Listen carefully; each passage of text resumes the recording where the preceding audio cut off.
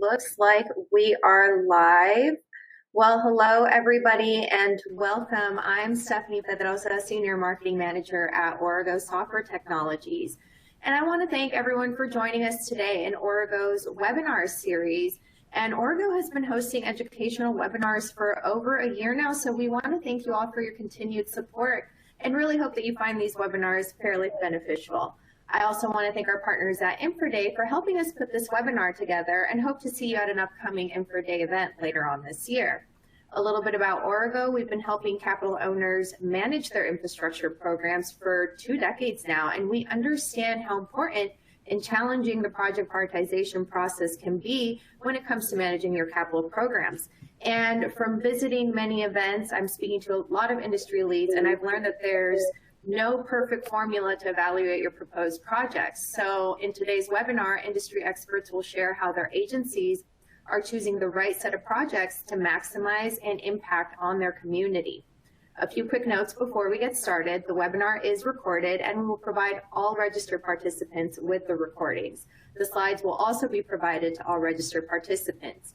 If you have any questions throughout the webinar, please submit them in the Q&A chat box and we will answer questions at the end of the presentation.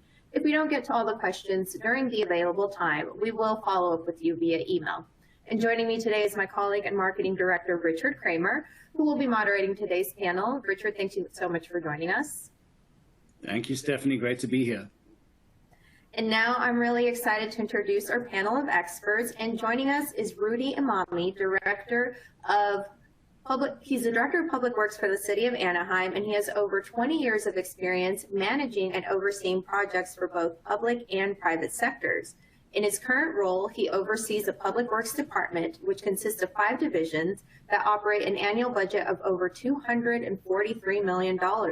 One of his many accomplishments includes overseeing the $189 million Anaheim Regional Transportation Intermodal Center, which is the nation's first LEED Platinum Transportation Center. Rudy, thank you so much for joining us today. Thanks for having me. And we also have Jesse Newfield joining us. He's the Manager of Transportation Design and Delivery at the City of Victoria in British Columbia, Canada. He's a professional engineer with a decade of experience delivering sustainable projects for both public and private sector. He focuses on asset management, transportation, and urban water management for the City of Victoria. Jesse, thank you so much for joining us. Yeah, thanks for having me. Cool. Now I'll pass it over to Richard. Thank you again, Stephanie. Very good morning or afternoon to everyone in our audience from me. Welcome. Thanks for joining us. Thanks for supporting us over the last 18 months that we've been doing these things, as Stephanie mentioned. So one of the areas we work very closely with our customers on is streamlining and digitizing the whole capital planning process. So taking those initial ideas or concepts that you have, programming them into a long-term CIP or TIP or what have you. And one of the topics we're always asked about is around prioritization. And probably every customer we've talked to, you end up having more proposed projects than you can reasonably execute, given your time and your resources. You've got different kinds of projects. You've got your roads and streets versus your parks versus utilities, possibly facilities, maybe. And you've got new builds, you've got renovations, you've got replacements, you've got demands from different groups. You've got the public you have to worry about. You've got your elected officials that you're accountable to. And even your own team might know about certain things that need to be replaced or what have you. So figuring out when to do all of that and how you're going to pay for it is complex. And one of the things we often talk to our customers about, what is the best way to prioritize these initiatives. So I'm very excited to talk to Rudy and Jesse about this process today. You can see on the screen the sort of 4 topics we're going to dive into. And we're going to start with where these requests come from. And Rudy, I'm going to start with you. Can you tell us a little bit about your capital program at City of Anaheim, the kinds of projects your team handles, and how these proposed projects are initiated? Sure. Thank you for the question, Richard. So our project or our program oversees all of the construction for the entire city. So Anaheim owns its own utility, so we have our own electric and power company. We have our own sewer storm drain system as well. Miles and miles of fiber that we have running through the city, so that any department, including our, police department, our community services department, if they have some sort of capital program, a substation, a library, a fire station, we would be responsible for implementing through the design and construction of that project. And then obviously we go through our prioritization process that I'm sure we're going to talk about a little bit later, and selecting those, and that usually comes from, what we all rely on is the funding. Where's the funding coming from? Because projects won't happen with that funding. So that's one really important component of our process. Yeah, and do you have sort of a single way of managing those? So if I'm in the fire department and there's a new station that needs to be built versus I'm the Parks and Rec manager, is there a sort of unified way that you can request a project, or are you using sort of various methods to do that? Yeah, they vary greatly, right? Fire stations or community centers, you don't build every day, right? They either come through, for example, our fire department, they collect fees, development fees, and they have their own system that looks at response times and where the best location or would improve their best times, response times through modeling, and where that fire station would have the greatest benefit. For our community center, community services, they really rely on grants. They submit a lot of applications all year long for whether it's a refreshment of a park, a new community center, a new library. So if the funding's there, and that really dictates also the timing of when that project, because it's really based on what is submitted within the grant. Our own projects, sewer, storm drain, streets, those things, those are usually based off of master plan. We have our master plan. We put into our 7-year CIP that gives us our roadmap to the projects that we want to build. But then there's a lot of coordination with projects that we know are coming in, or obviously if we're going to do something underground, we want to make sure we do that before we repave a street. So there's a lot of coordination that affects the actual timing of the project. Yeah, absolutely.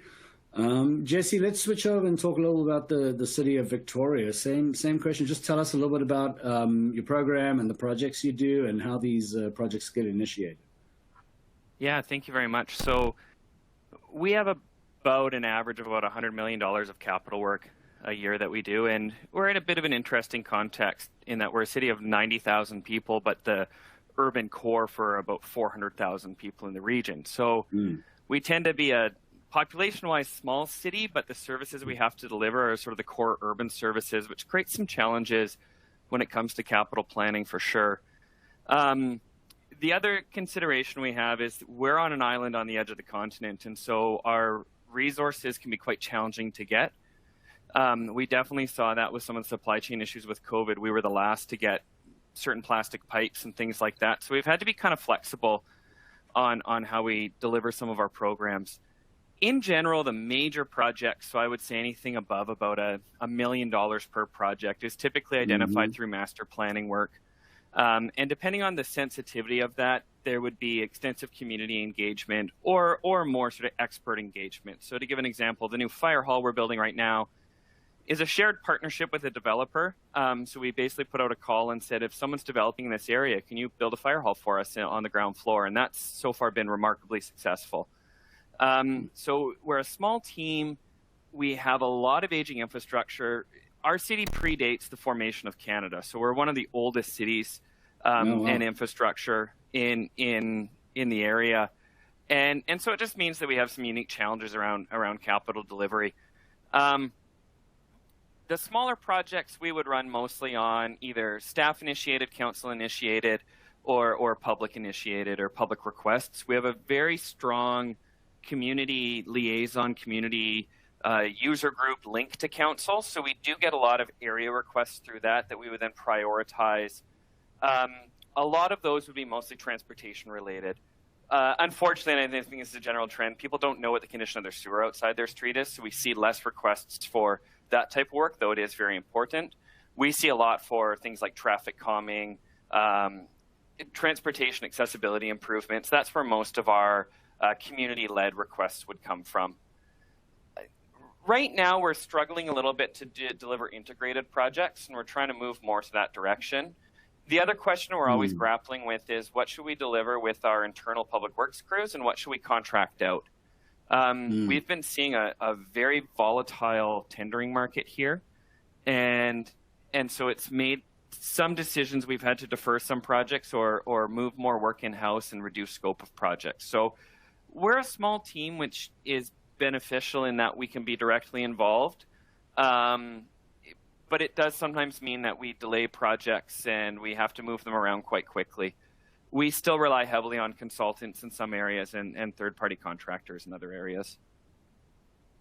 Yeah, it's interesting you mentioning the tender process and supply chain. That's another topic that's just been very hot this year. We're actually thinking of doing a webinar just on that topic and what folks are doing to kind of minimize the risk of price fluctuations and so on. So yeah, another thing I think everybody's talking about. Very good, thank you, gentlemen. Let's move on to our next point, which is where we get into sort of the nitty gritty of how these projects are prioritized. And Jesse, I'll go to you first this time. Tell us a little bit about how Victoria, kind of evaluates the projects. What criteria you use to figure out the relative importance of a project, and what that process looks like, and how a plan would ultimately get approved.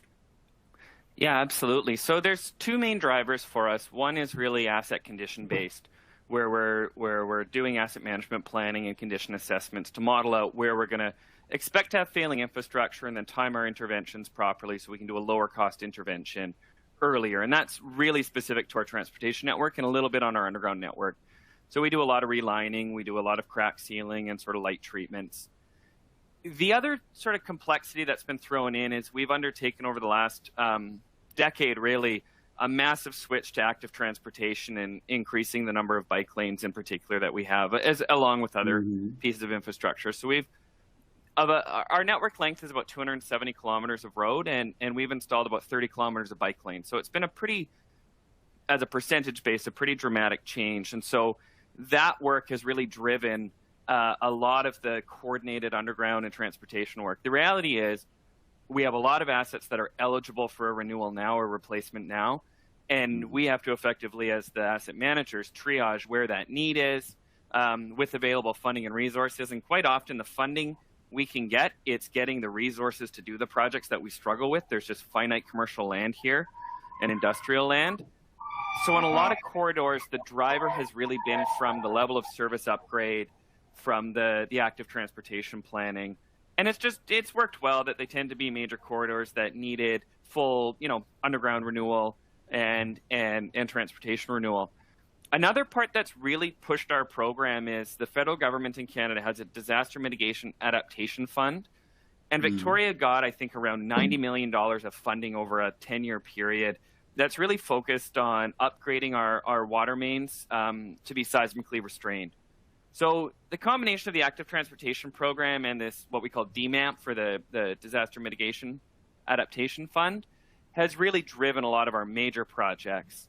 And then the smaller projects we've done mostly either from a condition-based approach or a political-based approach. And I mean, to be honest, politicians like to meddle a bit and they want a bit more for their area, and they get really pushy. And so there are a few projects that, to be honest, are just politically driven as a priority. An interesting note I will add here on the sort of evaluation, we've had some building our sort of trust with the current council. There's been some comment that our transportation team can deliver about 4 times as much if we just get a budget. If council wants to come in and debate whether we should do this crosswalk or this crosswalk, we can only get one done because we spend so much time engaging with them. And they've started to realize on traffic safety improvements that it's better to just let staff run with it, and we can get about 4 times as much work done. And so that's been kind of an interesting approach, just sort of this lean, light, quick approach on some stuff with really good results, keeps the political meddling out a bit, and we're able to just get more work done. Whereas the big corridor projects, just they become political right away. I mean, we get the war on cars. I probably get 2 or 3 phone calls a day or a week, sorry, yelling, "Are you deliberately doing this?" The answer is yes, we are. So it's an interesting kind of push and pull that we have right now. One other note that I will add is we've had some really interesting cases around what's called the Human Rights Tribunal, which is a court in British Columbia, and I think most Canadian jurisdictions have one, where certain groups have been able to bring cases against the city for some of our infrastructure not being accessible. We don't have the ADA Act in Canada, and so we actually have very little rules around us. This is an approach that some groups are using. That's also forced some projects to really be prioritized or changed just through some legal mechanisms that groups are using. So yeah, a variety of drivers, I think, like everyone has, and certain ones kind of float to the top as why you're doing a certain project.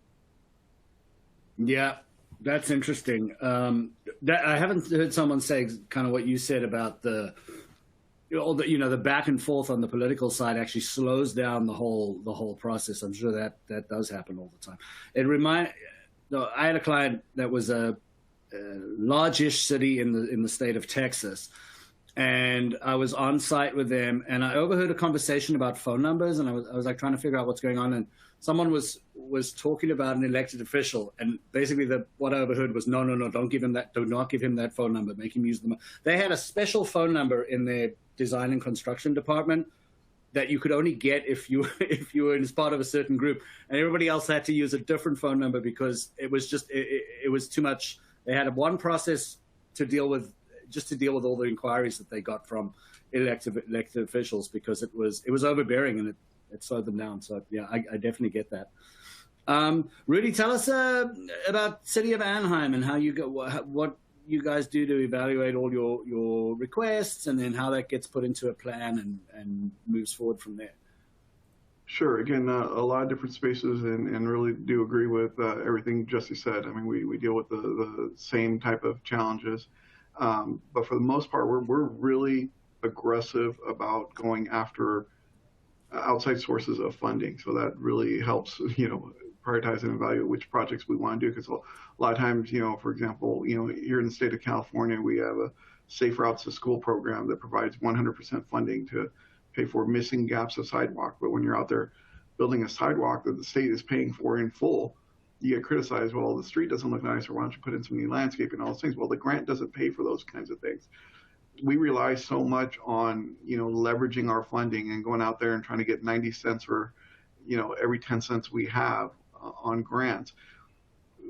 The political influence becomes a little bit less, because a lot of times, if we do get some political push and there isn't the available funding, then they really have to get together and give us policy direction and provide the general fund resources or whatever to be able to get those things. And then that really gets evaluated on a citywide basis, and how important is that, beautification project versus, the challenges we're dealing with, homelessness and public safety and some other, big initiatives or issues that are affecting our city. So, but for the most part, we're given a lot of autonomy in a lot of these infrastructure projects because there is a plan behind it. There's a master plan. There's a well thought out coordination process that works with our utilities and regional agencies and neighboring cities to, again, try to make sure we're spending the limited dollars we have in the smartest way that we can.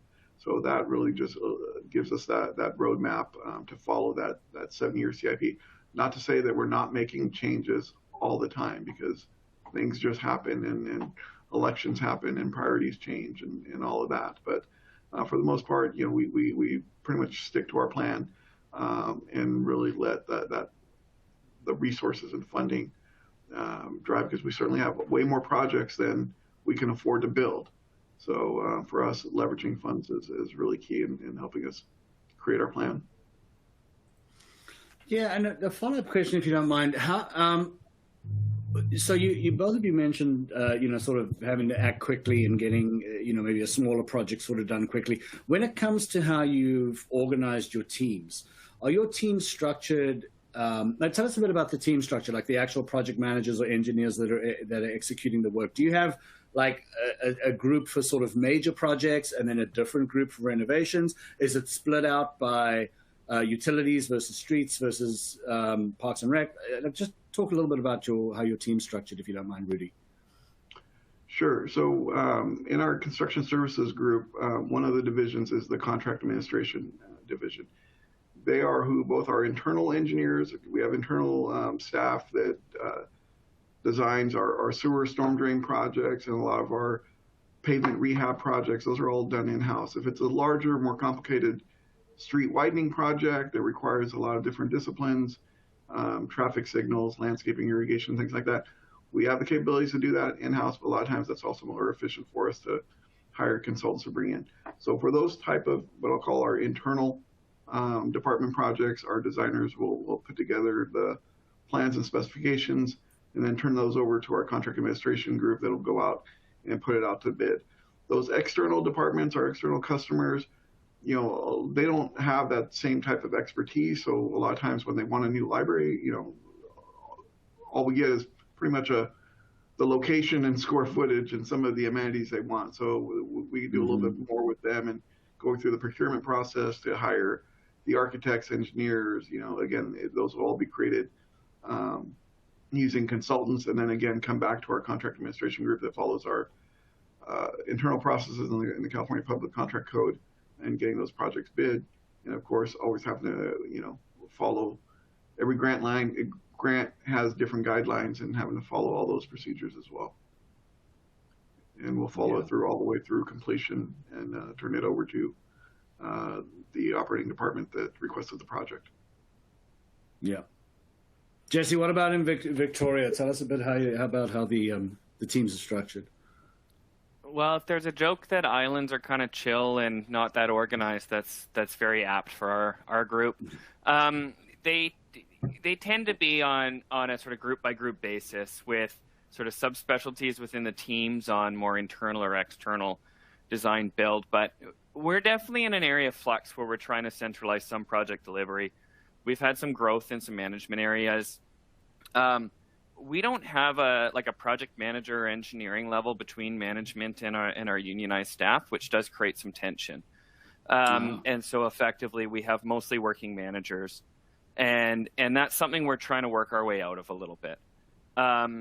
What that really comes down to is that on a day-to-day basis, managers get pulled into projects and project delivery. We do have some specialized positions that are more in a coordinating role, but still require that kind of oversight. An additional somewhat complicating factor to it is we've had a change in the legislation in our province on how engineers are regulated. And I think my colleagues across Canada will recognize or appreciate a lot of provinces already had what's called firm registration as part of the requirement, and that's something new to BC. And what it's meant is that we've had to do some things differently on how we manage our projects. And historically, municipalities didn't necessarily have a lot of in-house engineering staff, and that's something we're having to add in.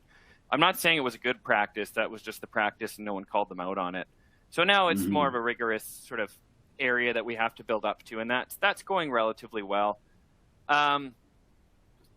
One thing that we are struggling with a little bit is sort of common tools. We've done a big enterprise content management migration system, and areas that were more ad hoc are now starting to be a bit more formalized. And I think just the volume of work we're doing has increased quite a bit as well. Our master plans and our asset management plans are just showing some relatively severe condition fall-offs, so the amount of work we're doing is really increasing. And we're just finding that we need to have more rigorous project control methods. And that's coming over time with some very strategic hires. We're a relatively small organization, so one or two strategic hires can really start pushing us into a direction we want to be. And that's something that I'm really kind of fortunate about here is when our problems are big, we can actually turn the ship quite quickly. All right. Thanks, Rudy and Jesse. Let's move on. We're going to talk about funding. Folks in the audience, I am seeing a few questions starting to come in. So just a reminder, we will have some time for questions at the end. If you have a question for one of our panelists, just feel free to drop it in there. So both of you have already alluded to the importance of funding, I've heard something along the lines of you have to start with funding. That's really your first. Nothing else matters if you don't have the funding for the project. So you've spoken a little bit about it, but Rudy, maybe just talk about the funding sources you have and how you track those funds sort of as the project progresses. And the other thing you mentioned that I'm interested in learning more about is just you said, obviously the plan changes every year. What does that change process look like? How do you guys handle these new requirements coming in? Maybe funding's available, grants are available, they're not available that you thought they were available. How do you keep that all straight as you go through this 7-year CIP? Sure. I think in terms of what sources, the first part of the question that we track, for us, we're pretty fortunate that we have multiple sources of formula funding that we get as a city just because we exist, right? We have a county half-cent sales tax measure that we've had a little over 30 years. We're actually on our second version of that. It's through our Orange County Transportation Authority, or OCTA, we call it here. That gives us a certain level of funding that we just get. It's our turn back. And then they also have a number of programs for the other type of capacity building projects, environmental projects that we apply for and go after on a competitive basis. Another source of funding for us is our gas tax here in California. So that portion everybody pays off the pumps that comes to us by formula. And that's what we really use, both of those, as our leverage to go after the other state and federal grants that are available for projects. The other projects I talked about with our external customers, the fire stations and community centers and things like that, they usually bring in their own funding through the grant program, or if it's a council initiated and priority project that they fund through general fund or other sources. So we're constantly, we both use our consultants that track all of our state and federal grants. We do a monthly call that we host with all of our departments to kind of go through what is available this month. But then with our own staff, we also track everything that's coming out of OCTA, our local funding measure, and all those, because those are pretty routine. We know those programs are going to be there every year. Every year they go up a little bit. And then again, just making sure that we're coordinating that with our master plan, which also having a master plan really helps in that pursuit and effort to get those grants, because they always want to fund something that they know is part of a plan. Usually it equates to points. And when we're competing, we're trying to get the most points we can to get our project funded.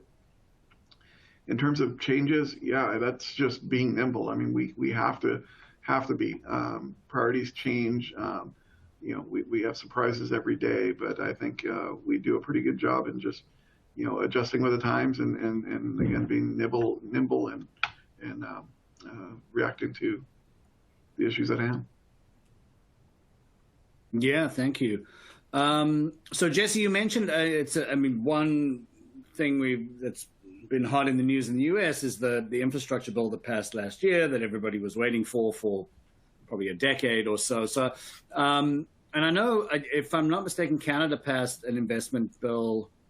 It might be 5 or 6 years ago now, but I think that was the biggest investment bill at the time in Canada as well. Like, are you making use of any of those sort of special funds, or just tell us about the funding sources you have? And then same question on keeping track with the changes as they occur throughout the life of the program. Yeah, definitely. So there was this big infrastructure bank announcement, but it really hasn't materialized much, at least to my knowledge.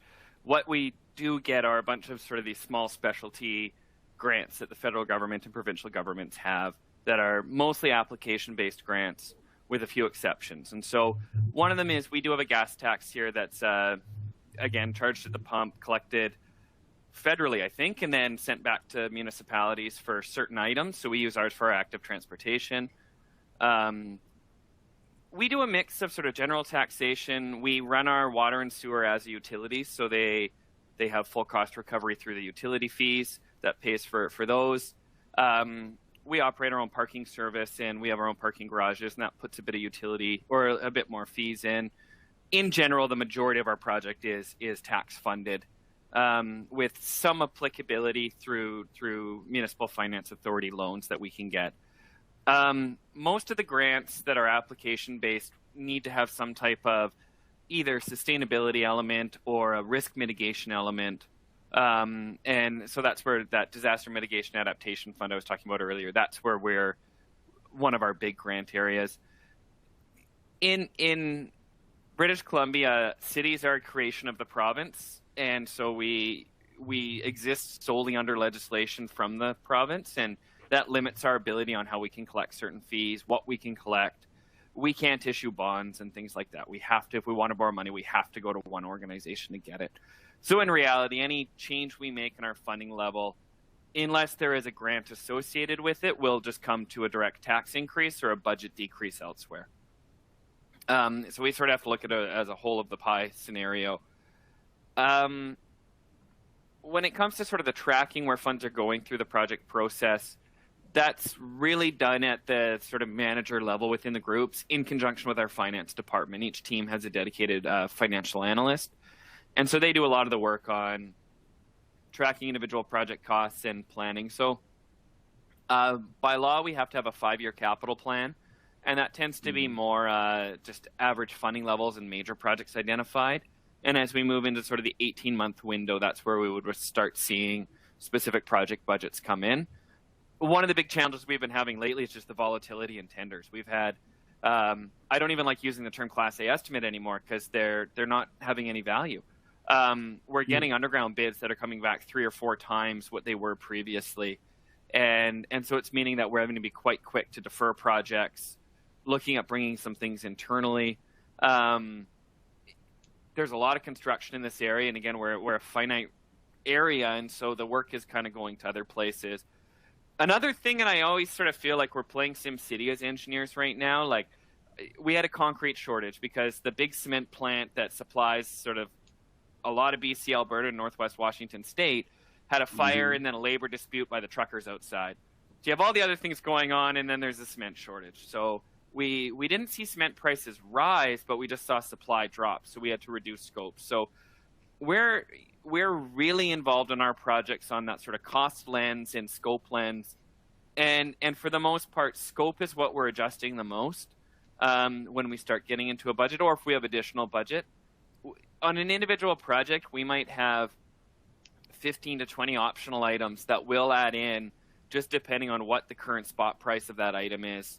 And other things we'll try to buy advanced traffic signals, things like that, just so that we always have a safe stockpile of them. But we're definitely struggling a little bit, even just with that sort of basic materiality and the impact that has on our project delivery.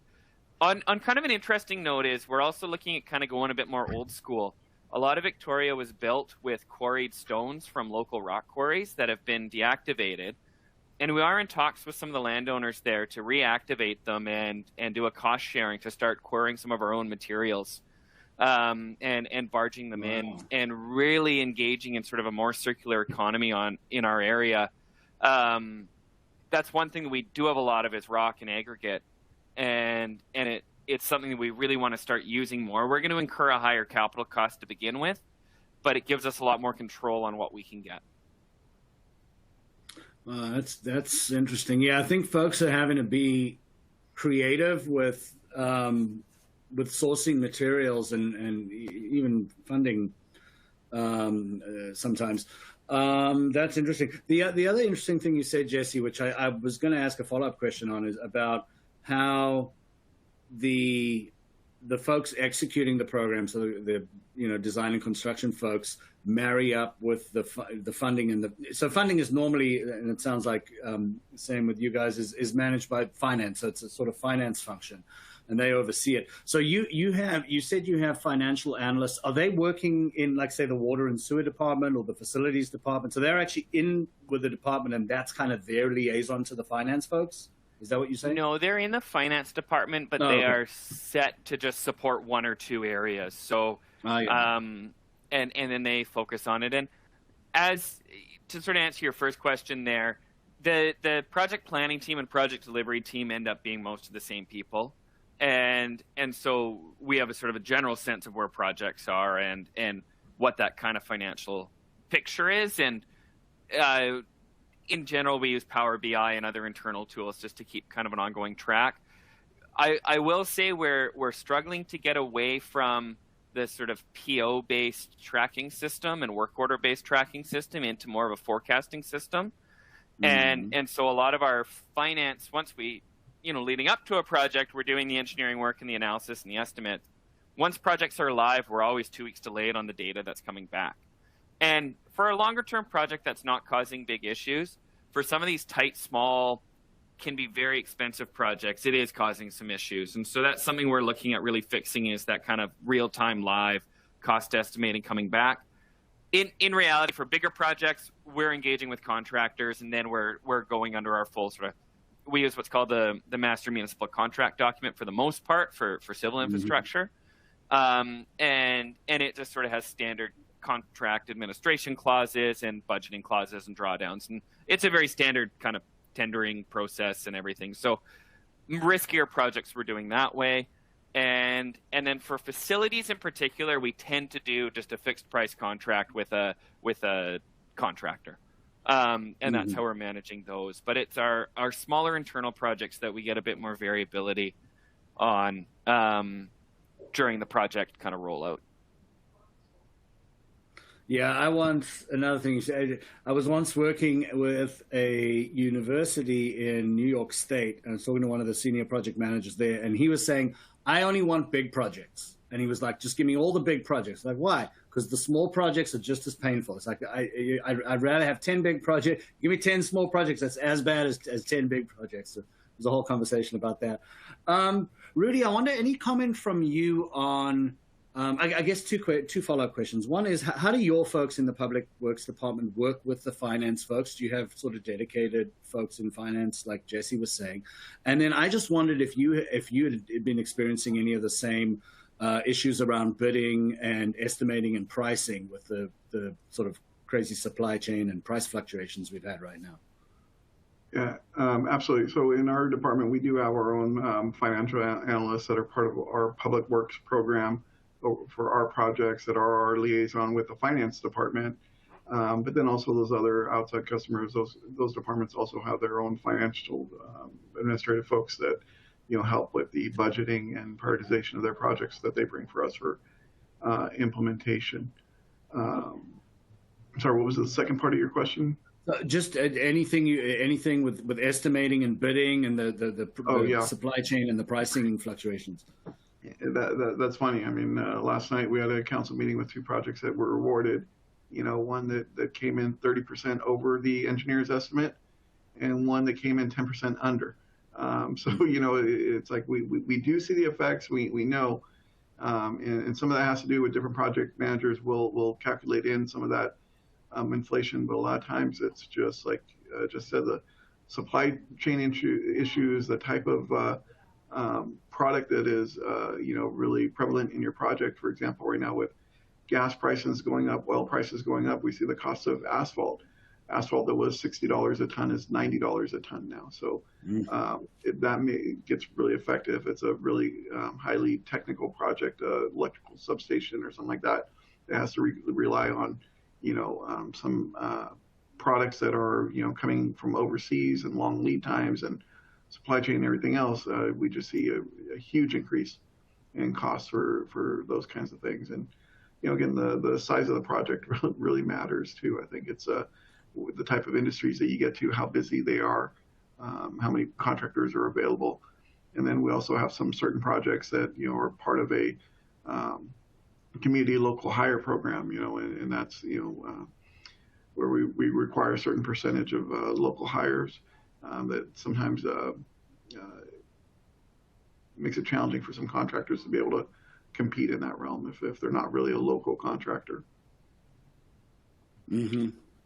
Yeah, we did a webinar, maybe back in February, Stephanie, and one of the participants was talking about how they were starting to they were stockpiling lumber just because of and so they were working out how much is warehouse space going to cost me versus the risk of the lumber keep going up. So how much lumber do we want to stockpile? And they had like this whole formula that they would use to work that out. But it was something kind of new because they hadn't had to go to those sort of extremes before and actually get more warehouse space. Anyway, so let's move on to our last topic, which again we've touched on, but let's talk a little bit more about it, and that's around public participation. Again, another thing that we hear about all the time, Stephanie, especially I feel like since the IIJA got passed last November, it's more people are talking about it. Maybe just because of the influx of funds. You want to make sure ultimately that what you're building, what you're delivering, meets your community's needs. So, Jesse, I'm going to go to you first and just talk about like when do you seek public input in the process? How do you gather it? What do you do with it? Just dive into that. Yeah, definitely. So there's a lot of ways we do seek public input. At its core, we have to have an official community plan, and there's legislative requirements on what the public input needs to be on that in public hearings. So that would kind of give us our general land zoning, big transportation corridors, that type of decision making. At the next level, the master planning process, or whenever we do that, that would have a significant public engagement process. So for transportation, we have what's called the Go Victoria strategy, and that had extensive engagement, different workshops, different ways to engage. On a project-specific basis, it depends on the type of project. We are trying to actually move away from public input for certain types of projects. Things like traffic safety updates, we want to just say, no, this is the engineering opinion here, and we're building this. We're not necessarily interested in gathering too much input there. There are some areas we still want to, but we want to move away a little bit from it's sort of decided now, safer crossings, safer active transportation corridors, traffic signal upgrades, things like that. We don't seek public input in fact, we would kind of push away from that. Overall, we stopped doing it during the pandemic, but we also used to have this, quite honestly, crazy town hall setup where once a year was a participatory budget meeting where you could come to council and give your idea, and staff had to frantically give you like a Class D estimate, and council would just give a thumbs up or thumbs down and add it to the budget. And fortunately, that kind of stopped because I don't think it led to good projects. It led to whatever group was the loudest and could kind of quickly convince someone of something, got their crosswalk, and that kind of comes into that next, how do you get equitable feedback? The joke in Victoria is that we're the newlywed and the nearly dead. And what that really means is we have quite an aging population that's relatively affluent who is well educated, and they tend to come to the council meetings or these participatory budget meetings. We also have some areas that are not doing as well, and they're not able to. And so there's been a historical kind of investment differentials around the city. And that's something as staff, one of the reasons we're stepping away from just sort of these open public engagements and starting to get to really target it into areas and meeting people at a way that they can actually contribute. It's been something where we've had, some slow streets programs in wealthier neighborhoods that we have spent way too much time on. And in doing that, didn't have time to do projects in areas of much higher need. What we're trying to do to get away from that is getting the sort of public feedback in the values building part, but then getting professional assessment on then applying that. So we're not going to go to one of the wealthier neighborhoods and say, where do you want this? We might just say in general, what are the priorities? And it ends up being, kids getting to school safely, slower streets. We take that lens, then use the data citywide and apply it to make our priority list. So then what ends up happening is typically the areas of higher needs still end up coming up very high, and then we prioritize our funding there. So there's some sort of areas we have to do that. In general, we follow the I can never get acronyms right, the IAP2 sort of threshold of when you're engaging. I don't tend to run those myself. We have dedicated planning staff that mostly do that. We have so many initiatives underway that when it comes to infrastructure, to be honest, if it's not about bike lanes in particular or small groups around like a curb drop down, most people are focused on some of our zoning changes coming up. We have a missing middle zoning. We have new neighborhood plans that are taking single-family districts to multi-story stuff. So that tends to sort of eat up most of the public's, I would say, public engagement appetite.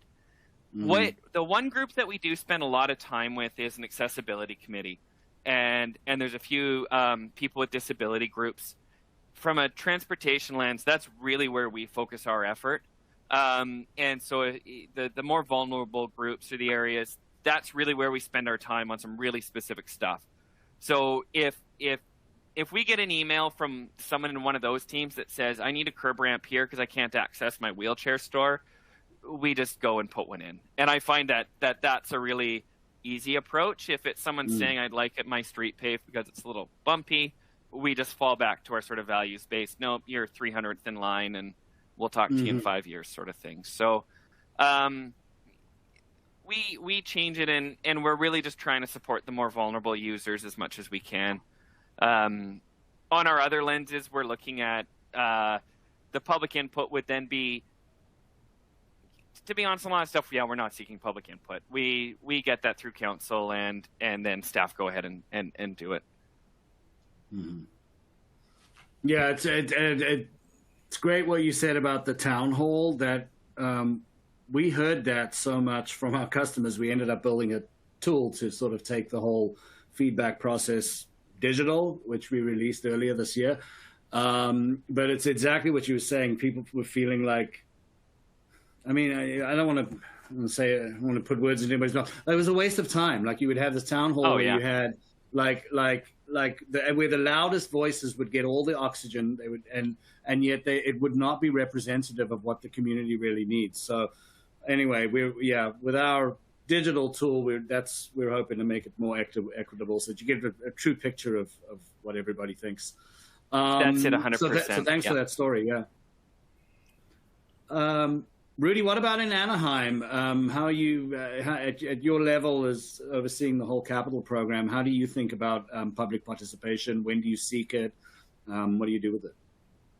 And so again, projects all being different. If it, like we mentioned, if it's a safety project, we know what our top 5, most, or intersections that have the most accidents at, and if they're the same type of recurring accident, obviously that's a safety project. That doesn't require any sort of public participation. We just go and take care of it. A lot of input that we get just through our maintenance program. If we know we have areas that just are constantly requiring, a lot of sewer, storm drain, jetting, or we have blockages. Those are again areas that there isn't much participation. Different maintenance projects, street repaving projects, again, not a whole lot of participation there. That's something, generally everybody in the city wants. And, again, we go down to that coordination is, we want to pave the street that makes sense. The master plan guides us in which streets to get the most bang for our buck. But on the flip side, when we have those kind of public-facing, community-based, for example, a new park or a park refresh, that there is a ton of public participation in that, and design charrettes and things, and the community really coming out and talking about what they want to see at this park. You might have one community that really wants to see a splash pad, because there's no public pool in the area, or others that, it's the aging population, and the new hot trend at our parks is they want pickleball courts, so it's, a lot of input in that sense. You get to some of the other really highly involved public participation projects are smaller neighborhood improvement, like traffic calming and permit parking type of programs. Those actually require a vote of our community. There's a process. They go in there and they have to, overwhelmingly vote. They have to get over 75% vote to want to implement permit parking in that neighborhood, or put, traffic calming, speed bumps, and things like that in their neighborhood. So it's not just one person, that feels like there's a teenager that drives down the street too fast and they want speed bumps, but nobody else in the neighborhood really agrees with that. So a lot of public input that way. On the utility side, we have a appointed public utilities board of our council. It's kind of a citizen oversight committee, and they have a subcommittee, for example, for the undergrounding. We have a fee on everyone's utility bill that goes to pay for our electrical undergrounding program, and there's so much that we do every year. But but we go through that same type of presentation to that board, and there's a whole matrix and criteria in terms of, equity across the city, and points that they assign to different aspects for fairness, and try to get that project implemented. And they try to do, several miles a year with that. So again, as appropriate, the public comment is there. We actually have one other ordinance too when it comes to any sort of project that requires a right-of-way acquisition. For example, a street widening project where either we're buying, whole parcels or just a portion of a parcel. We have a whole process of the amount of public input that's required, not only at the pre-grant proposal phase. After the grant, we have our, California environmental process, CEQA here, that also requires a lot of public outreach and input and response. So really dependent on the project, like a fire station too. Again, that's really based on where the model shows we need to have a fire station. Yeah. Great. Well, thanks, Rudy, and thanks, Jesse. I think that was a great discussion. Folks in the audience, if you'd like to learn more about any of Origo's, capital planning, public participation, right-of-way software tools, please check us out on the web at origo.com. And I'll hand back to Stephanie for any audience questions. Yeah, so we definitely have a couple of questions that came in. So the first question, it's how much and how do master plans play into the evaluating process? And I believe this can go to either Jesse or Rudy, whoever wants to answer that question. Sure. I'll use our pavement management plan. That's a plan that we do every 2 years. We evaluate the pavement rating of our entire city. And then actually uses a scientific formula to give us the greatest bang for our buck and where you go, because based on the rating, it really depends on what sort of treatment. Anything from just a very simple slurry seal over a pavement, a 2-inch grinding cap, or is it a full depth replacement? And we use that, and then we have to put that, one-dimensional model into our real world, because we know we have either development projects, or we have utility projects, or we might have an outside telecom company or our county sewer district that we know is going to tear up the street. So we know, again, we have way more streets than we have money to pave. So even though one project may come out as number 1 or number 2 on our pavement management plan, but because we know in the next 2 years that our utility plans to underground that corridor, we're not going to pave that street. We'll hold it off and go to the next project down the list. And that's how we just help ensure that we're, doing things in the smart way. Yeah, and we're very similar here. The master plans play a big part. To the level that council it would be unusual for them to fund, a substantial capital program without an associated master plan. And then we need it also for our interdepartmental work, so that I can rely on, the underground master plans to coordinate projects. And we also have, community planning documents that kind of sit on top of those. And in some ways we use them more when we don't want to do a project, I would say. And sometimes it's, well, if it's not in the master plan, I'm not necessarily going to put a lot of resources into it for now, if it doesn't align to other things. But they're very helpful tools, and particularly for communicating with that sort of very vocal public groups. And sort of, we have one here called the Grumpy Taxpayers Association. And so they love to FOI our things and get very critical into, why did you do this over this, or why do you pave this street over this street? And having the strong master planning work really helps us defend politically.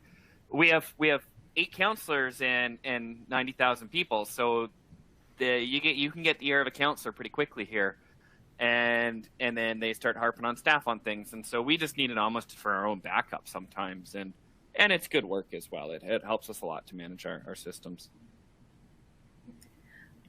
So we have about 5 minutes. I don't know if you gentlemen can answer one more question. We do have a lot of questions. So like I said, if we don't get to all the questions, we will follow up with you via email after the presentation. But do you gentlemen, can you take one more question? I could take one more, but then I have to jump. Okay. Yeah. So and this I one can is take it after. Yeah. perfect.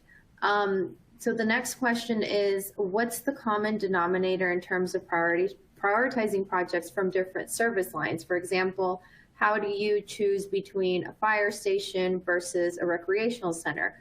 Or I know for Public Works, you guys also handle water projects. So how do you differentiate between those projects?